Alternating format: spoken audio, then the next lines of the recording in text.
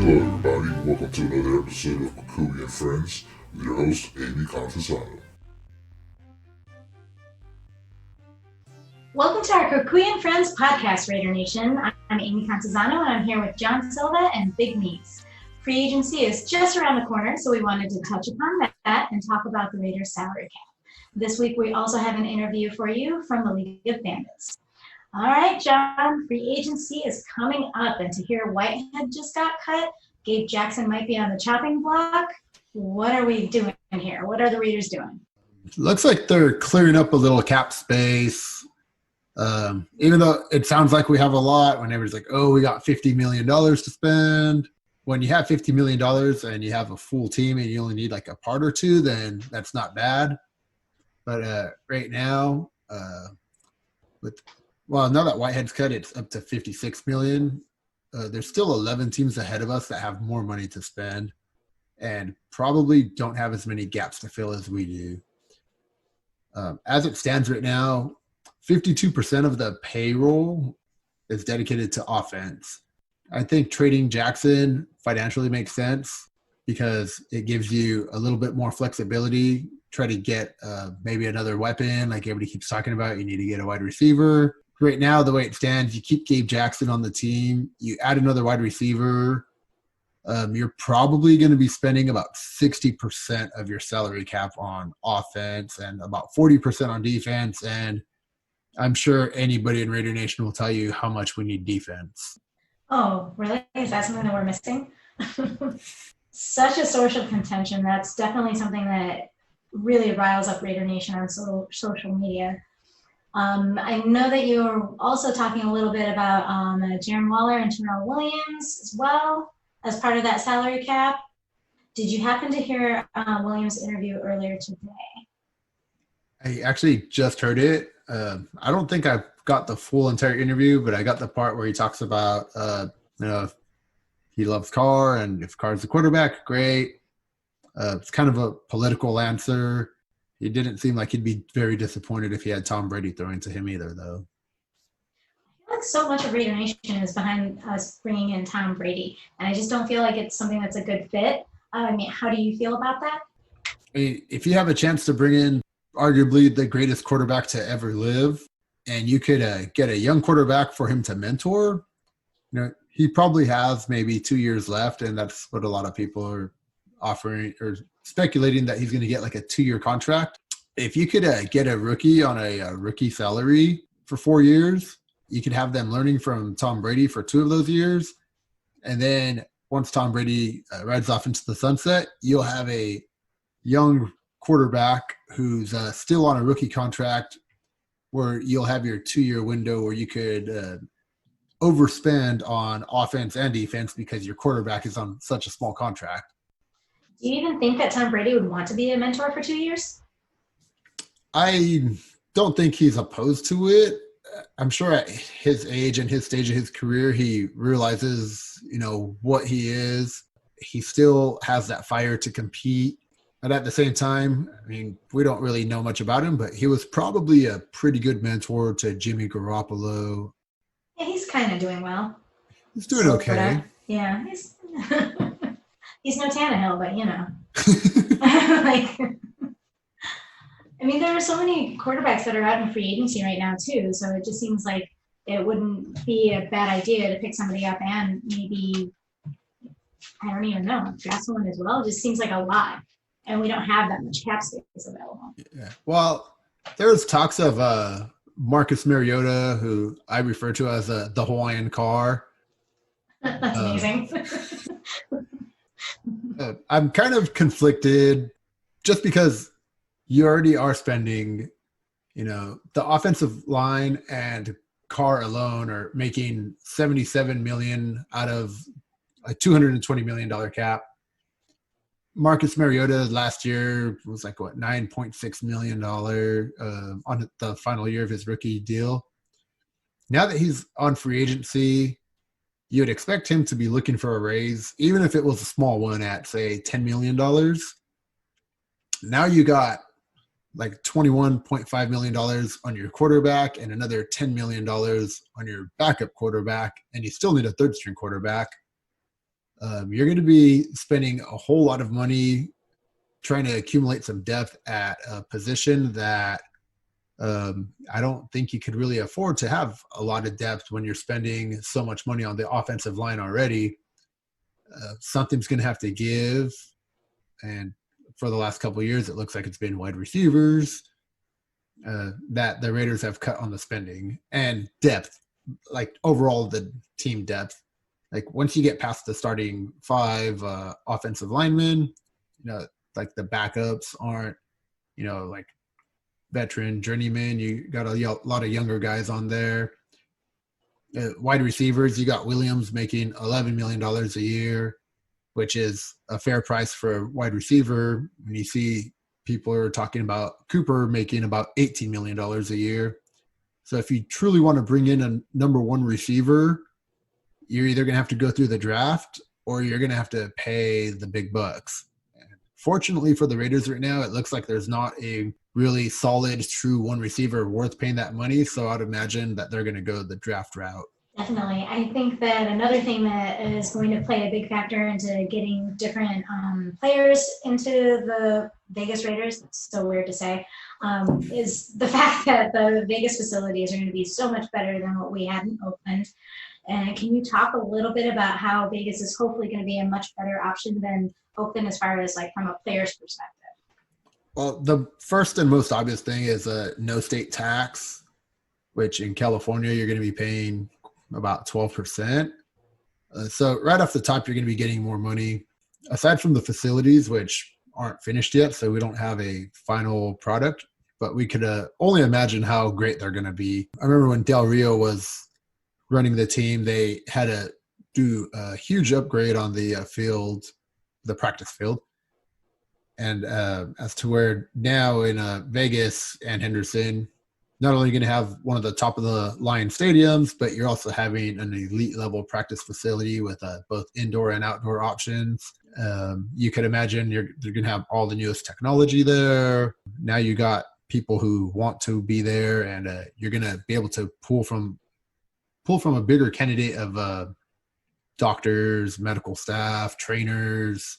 It's, the city of entertainment. Like you're going to have everybody there at your access. City of entertainment, city of sin, right? The city of sin, the Sin City. There's plenty of names for it. It's the entertainment capital of the world. And it's an easy destination to get to no matter where you live, not just in the United States, but around the world. It's a top destination location, and Vegas makes sure that they make accommodations to get you in to try to take your money in the casinos. But they do make every effort to get everybody in.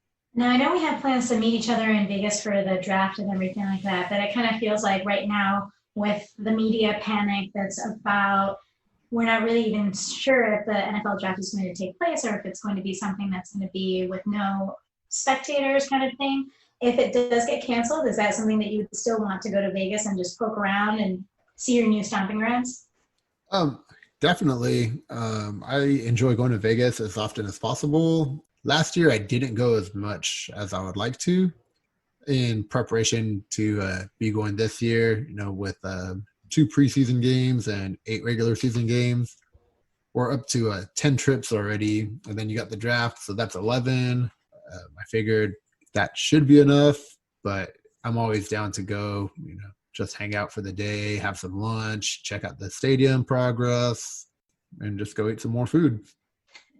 We can have a photo shoot in front of Allegiant Stadium, the construction site and everything like that. It'd be great. Oh, definitely, especially now that they got the logo up, and the glass should be just about finished, and I believe they're going to be starting the TV monitor pretty soon. How big did you say the TV monitor was going to be? Oh, shoot. It's going to be the second biggest monitor. I can't remember the size off the top of my head. Second biggest. We're already a loser. Let's say, come on. Well, the biggest one is the Fremont Street Experience, where they have, it's like just a huge walkway.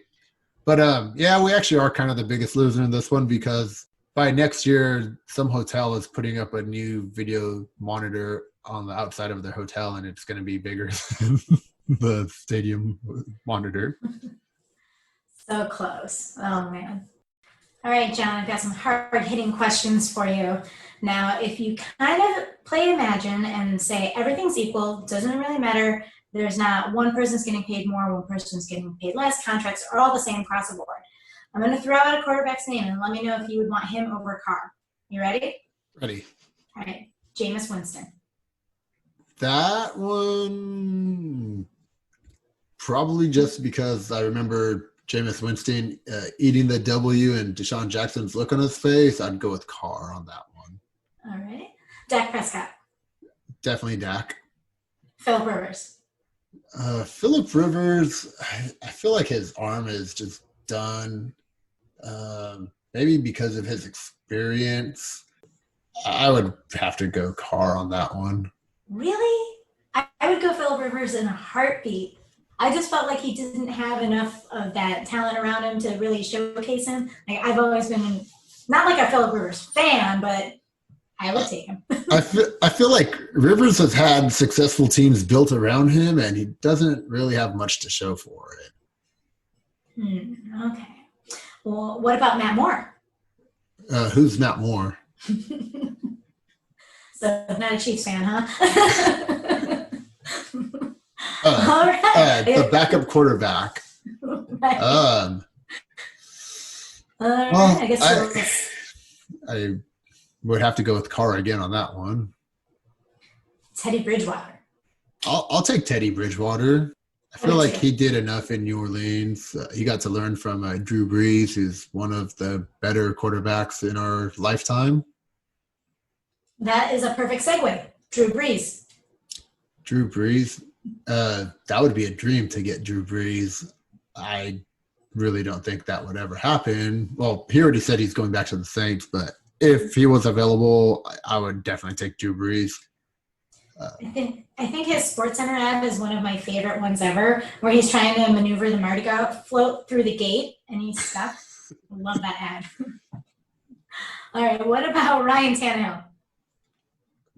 Ryan Tannehill, he, yeah, why not? He did pretty good last season with Tennessee and took over for a team that I thought we were going to get an easy win against, and turned out it wasn't as easy as I thought, and we didn't even get the win either. So, yeah, I'll take Tannehill.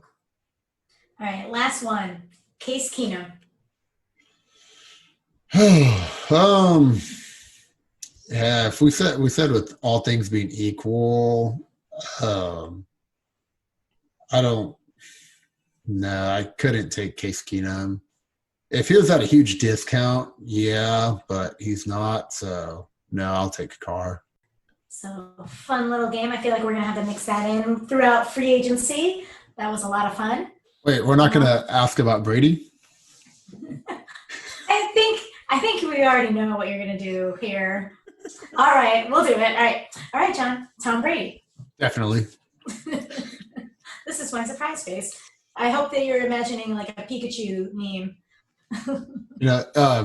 I know it's a long shot to land Brady. I really feel like he's going to Tennessee. But if we did land Brady, I'll make a crazy video. A crazy video like what? I don't know yet, but it'll be something that I don't normally do. Maybe I'll go out and celebrate and like drink a lot. And you guys know me, I don't really drink, so I'll make some drunken videos or something entertaining. I think a lot of people know that you don't drink, and I don't know if anyone knows how we met, but obviously we had met via Twitter and everything like that through social media. And the first time that I rolled up to you was here in San Diego at a tailgate. I had the biggest bag of Jell-O shots known to man. I was like Santa Claus of the Jell-O shots. And I rolled up and you were like, let me show you how it's done. And I was just befuddled. I could not believe it. You just wiped it out and you're like, here, I can show you again. And I'm like, you don't drink. What are you doing? Well, so Jell-O shots is actually one of the things that my South Shields tailgate would do. They'd make quite a bit of Jell-O shots, and I don't really like drinking. I don't like the taste of alcohol, but Jell-O shots taste like Jell-O, and who doesn't like Jell-O? That's a very good point. But yeah, I mean, you were in full makeup and you like housed that, and I was like, "There's nothing left in the cup." I'm amazed. That's so great. When you say things that pissed you off, I'm sure I'm going to get a lot of heat about the Tom Brady because I've gotten Totally. quite a bit of heat from Tom Brady already. But you got some smoke, send it my way. Oh, I can't wait to see your DMs this week. That's going to be our first topic next week for sure. Here we go. Well, next week is the start of free agency, so I'm sure I'm going to get a lot of I told you so, or probably a lot of I told you so messages. I've gotten a few already, actually. Um, no, I don't know what's going to happen, but if we do land another quarterback, I'm okay with that. If we stick with Carr, I'm ready, prepared for another season of that. I just think that we're going to have to do some creative stuff, like trading Gabe Jackson away would be one of them. Trying to create a little more salary cap space to spend on offense. But it all starts next week, so we'll see how it goes. I'll be in Hawaii with the League of Bandits, monitoring the situation closely. So unfair, but also I'm like, coronavirus, so I'm kind of good with staying here where it's safe. It's But really safe in Hawaii, too. I know, right? Well, maybe you can get like a little Raiders mask. Yeah, that'd be pretty cool. I know.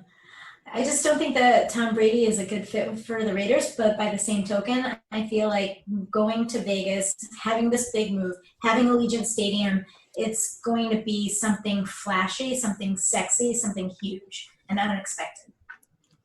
Yeah, you could say that. They definitely have to want to make a big splash, kind of like when the Rams relocated back to LA and they traded all their draft picks, or 3 first-round draft picks for Jared Goff. But to touch on what you said, like you don't think Brady is the right fit for our system. If you have a quarterback that is as great as Tom Brady has been in his career, if he's not right for your system, then you're probably not running the right system to begin with. That's a really good point.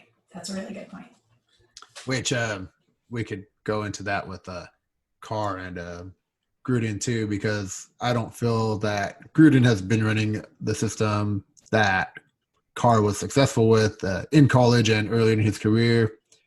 When he took a lot of plays under shotgun or out of the shotgun, and he would have his 5 receivers, kind of like not a hurry up offense, but a up tempo offense. I missed seeing that for the last couple of years, and I don't know why they got away from that. Hey guys, this is Mees. We didn't do an outro because I'm a new producer and I totally forgot. But here's the interview. All right. So this week we've got League of Bandits here on our podcast. Thank you so much for taking the time out to join us. How are you doing tonight? I'm doing great, thank you. Can you tell us a little bit about how you got involved with League of Bandits? Yes, I actually created the League of Bandits. That's how I got involved. I've been a lifelong Raider fan, and also I'm a graphic designer by trade. Got into the event promotion business first with music some years ago, back in I want to say 2009. And made the transition into the Raider scene back in, I believe, 2015, 14, 15 timeframe. Okay. And then when you were founding it, did you have any idea that you were going to get this much reach with it? No. Again, I'm very passionate. I'm very, when I do something, I do it, all out. It's just, kind of how I was raised. And so when I created the League of Bandits, it was just, going to be a event company. And then I had people ask me for hats and shirts, and kind of turned into a brand. So it just developed and the whole snowball effect. And just become this wild, beautiful monster, right? Yeah, well, being a designer and being in the apparel business already, I kind of had an idea that I would love for it to turn into that, but I really, couldn't. It wasn't guaranteed. It's just something that the public and fans demanded, and I was happy to oblige. That's awesome. And I know that you've worked a lot with John, which is one of the reasons that we were able to land you for an interview.